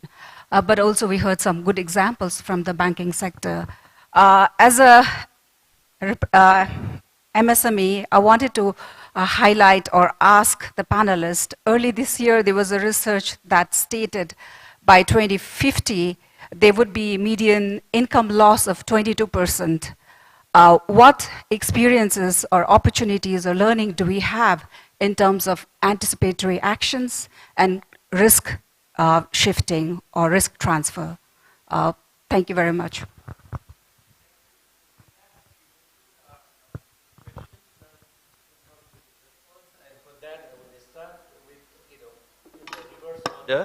From Sanjay. So you have 2 minutes to respond to the question, pointed questions or any other general question you would like to respond to. Start. Yeah, 4 points I'll just make. One on carbon credits, of course, ma'am will answer, but I think let's also, unlike CDM, this new carbon regime will also have a lot more domestic component by developed countries. So please, and as Maria ma'am already asked, please work on your own carbon markets in countries. That's the way forward. That's the solution. Don't rely on carbon credits coming from developed countries because they would like to do that more internally. So let's be that. Alba, you said deal is bad or deal is not bad, or why I just explained why I think that it's no deal would have been better. We are talking about 300 billion US dollars by 2035, while NDCs are to be submitted by 2030.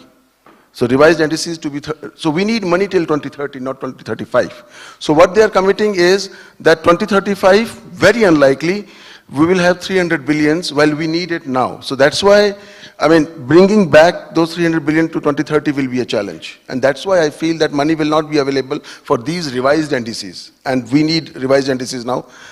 Bridging the gap of temperature by 2035 will not make it, because by then we will lose a lot more people to the climate disaster, and that's my worry. And that's why I think no deal would have been better. Pradeep ji, absolutely agree, and I'm fan of multilateralism, but I agree multilateralism is in peril, but but we need to rethink whether, is it agenda too heavy now? We're talking about justice, we're talking about finance, we're talking everything, starting from environmental COP to now full package COP.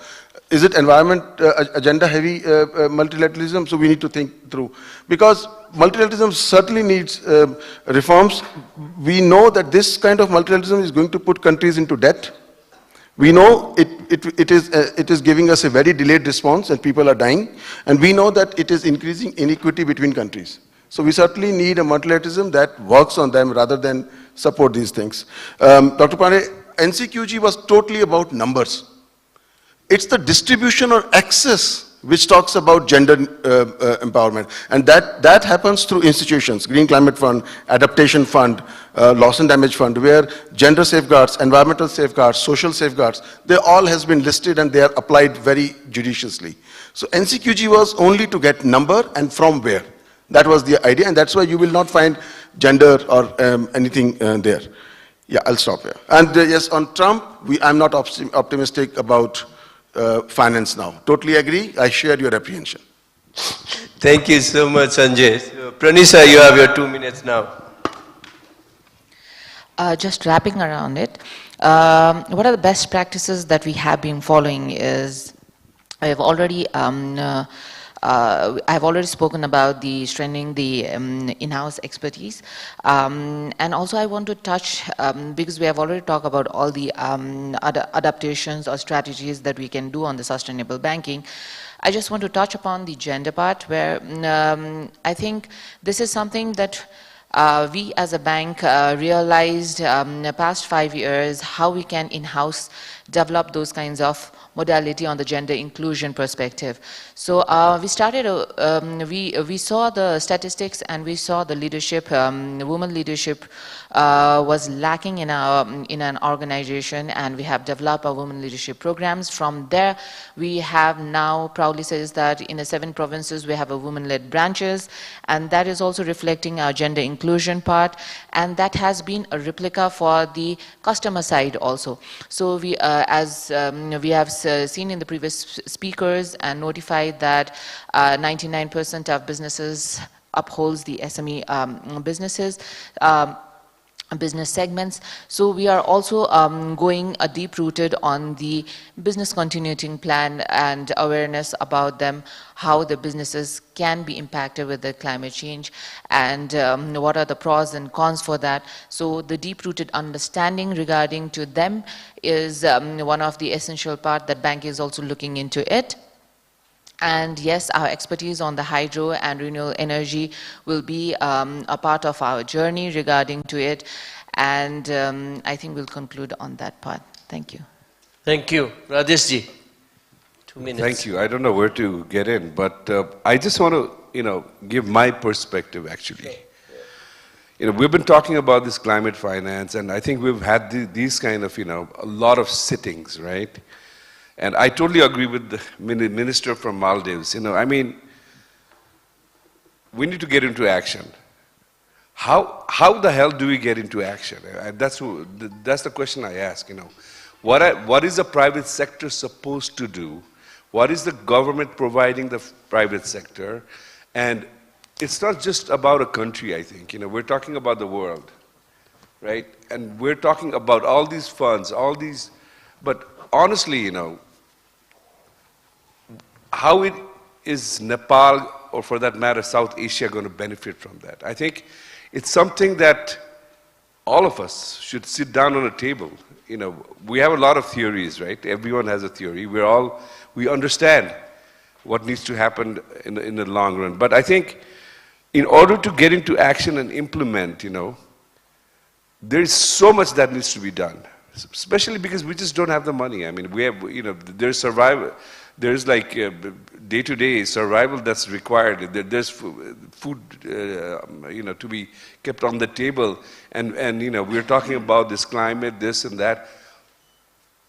I guess that's what goes on in general, population's mind. So I think we need to think about how do we change the mindset of people to attract that. It cannot happen just by Prime Minister's meeting and deciding, okay, we'll do this. It cannot happen just by signing an MOU or a document between people. So that's very, very challenging. I don't think it's an easy task. Secondly, I think what should private sector do? I think there again, private sectors also, I think we need to start not only talking about within a country, but having these sort of dialogues between private sector in different countries. I think private sector they need to pay, right? I mean, basically when things are commercially viable, you give something back to the society, back to the government, and back to the people. So the idea of having this, charging 0.1% in all financial transactions all over the world, something like that. But that needs to be, again, agreed by various players in the world. So again, I'm kind of like, I know we talk a lot about good things. Talking is great, but actually making it happen has always been the biggest challenge. And I'm not trying to be cynical, but I think action implementation is very important. Thank you. Thank you so much. Hamida? Thank you. One question from Professor Mustafizur Rahman regarding carbon credit market in Bangladesh.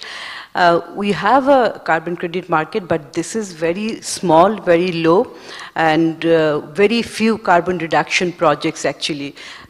Because there is lack of awareness and lack of legal framework, and also the lack of expertise for developing carbon reduction projects. So far, ITCOL, Infrastructure Development Company Limited of Bangladesh, they have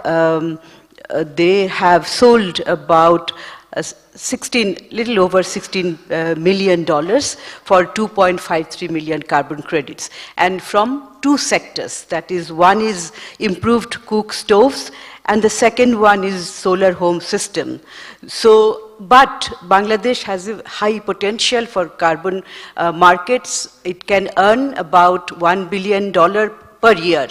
And Bangladesh has also committed NDCs, about 21%. I mean, conditional is 15%, unconditional is about 6.7%. So we can take advantage of these commitments. And Pradeep, yes, thank you for reminding. I had on my list regarding the innovative sources like crowdfunding and philanthropic funding as well. And I want to also address Rupa's comment that impact investment for MSMEs so that they can access these funds. You see, one of the problems in our part of the world is that many MSMEs, particularly micro and small enterprises, they have difficulties to access funds for some technical reasons. For example, they do not have trade license for some reasons. I mean, they are functioning, operating in an informal mode. So that deters them in accessing funds from formal sources. So we have to also think about, they also don't want to come under that coverage. So whether those rules can be made flexible for them is something we can ponder about. Thank you. Thank you, Pavida. So our keynote speaker, John Samuel, has agreed to respond to some of these questions. John, your thoughts on some of these questions? In fact, towards the end of my presentation, I have given specific 4 policy suggestions, right? In terms of what government needs to do, what the international community, particularly OECD, needs to do, etc. About the gender issue, that is fundamental. Now, we need to really see the governance generally is a patriarchal governance, and that needs to be challenged. And that's the point. It is nothing to do with only climate change. The inequality and injustice, which is at the core of all kinds of marginalization, including gender marginalization, that needs to be challenged. Now, climate crisis exacerbate the existing patriarchal governance mode, and that needs to be addressed. The second issue is the role of private sector.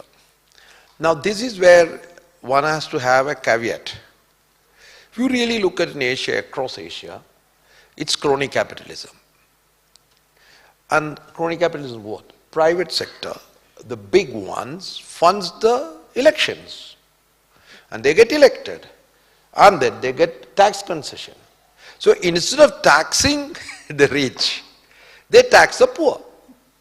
So instead of what you really look at the tax structures, instead of direct tax, it's indirect tax. And who are the people who pay more tax? It's the poor. We have done these studies.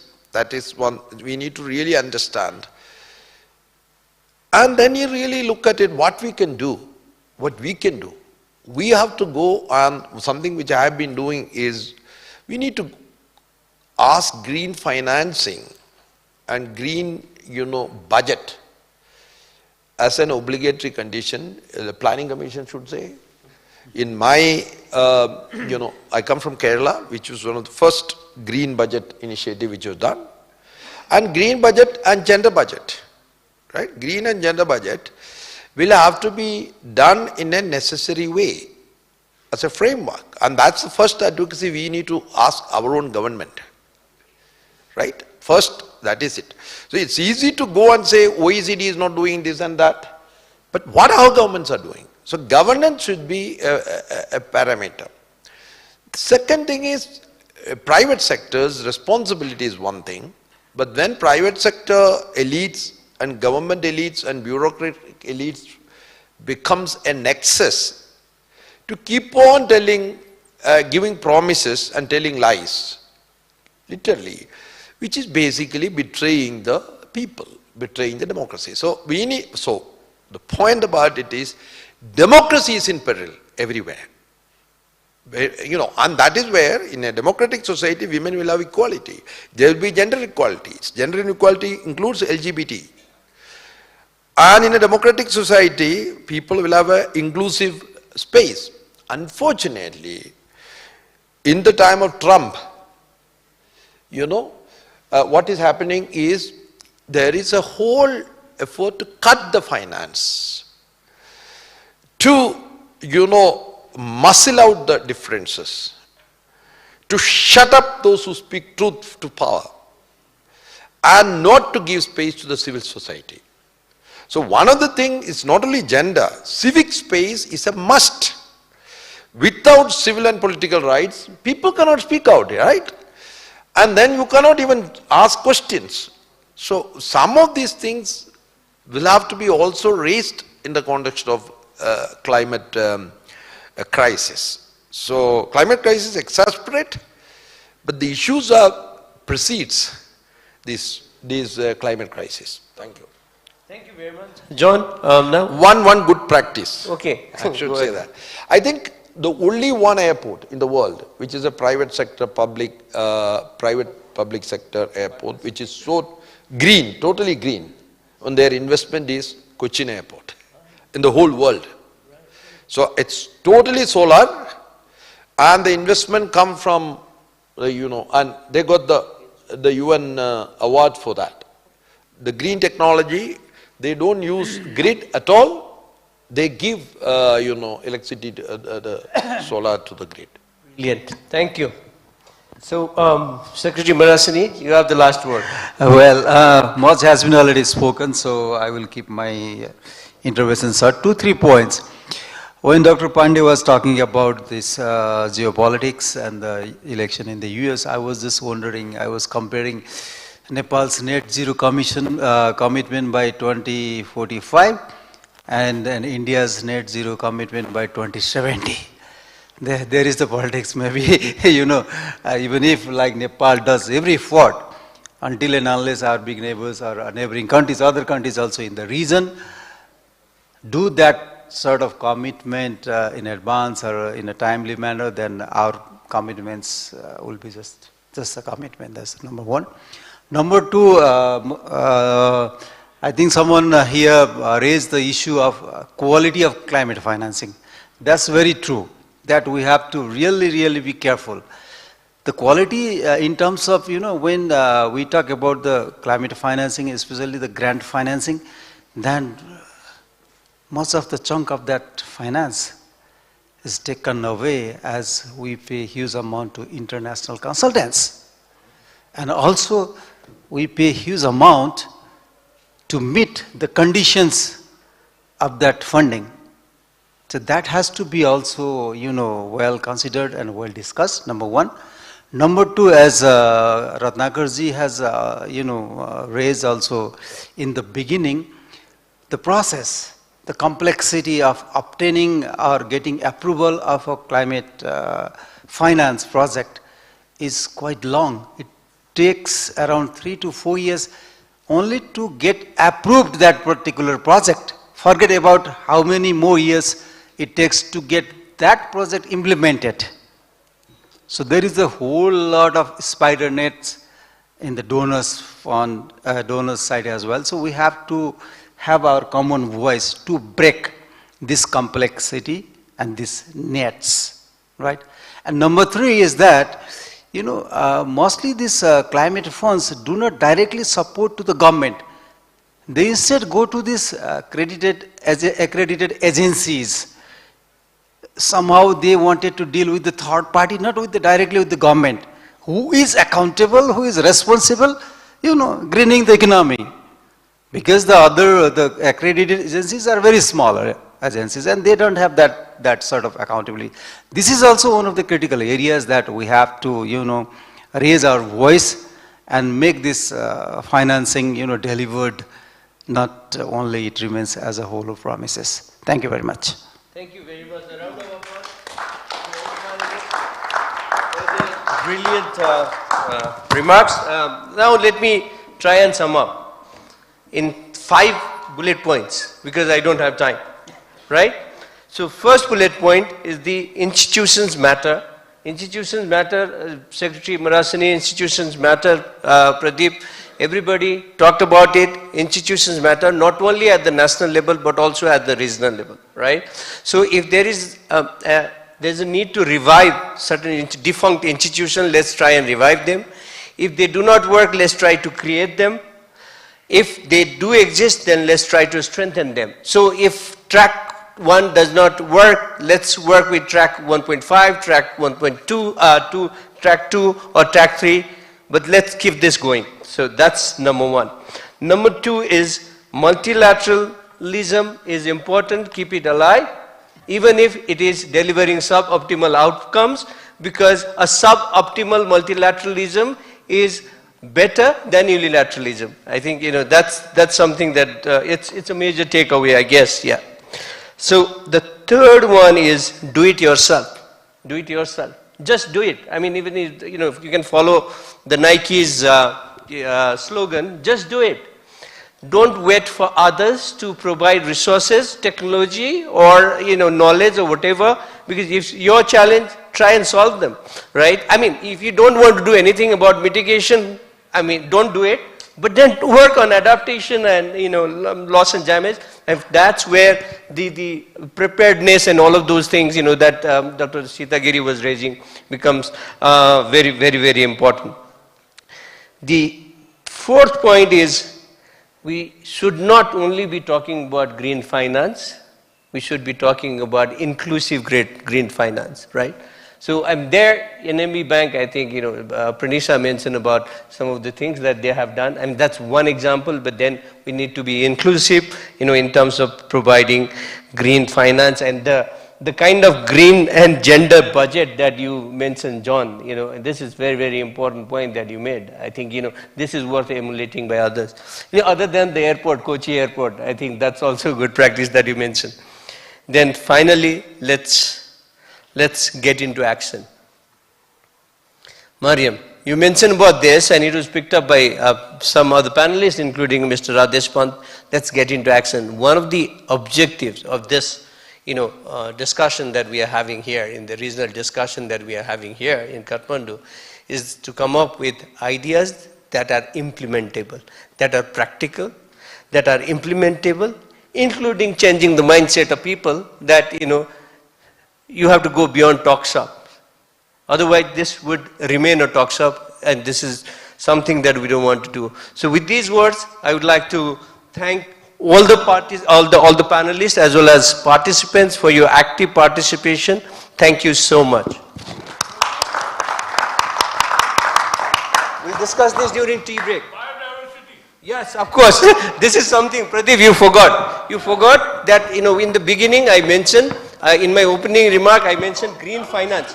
Green finance is much broader than climate finance, and the first point I mentioned is biodiversity.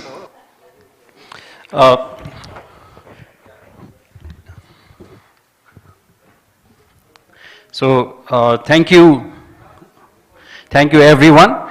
I'll just like to put on some closing remarks before everyone exit the hall, but photo first, after photo, sorry.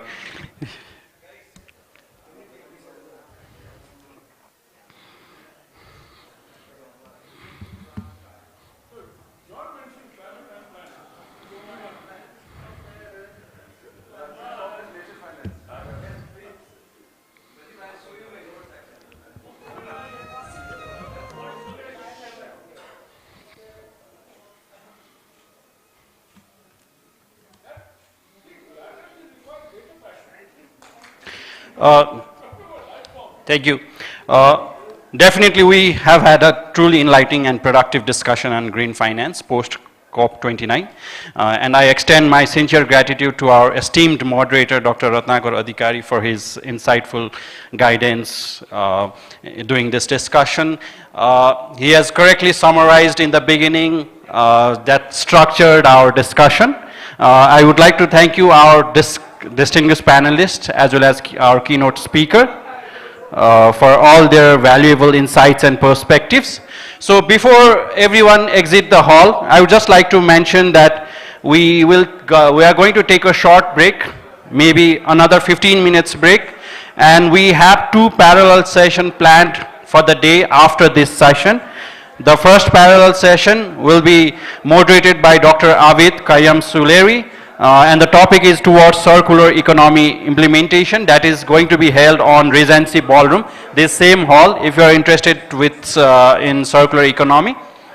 Another parallel session will be moderated by Mr. Pradeep Singh Mehta, And the topic is climate resilient agri-system for food security. That is being held on Kirtipur Hall. So if anyone is interested, you can please, after tea break, you can please move to Kirtipur Hall. Thank you everyone.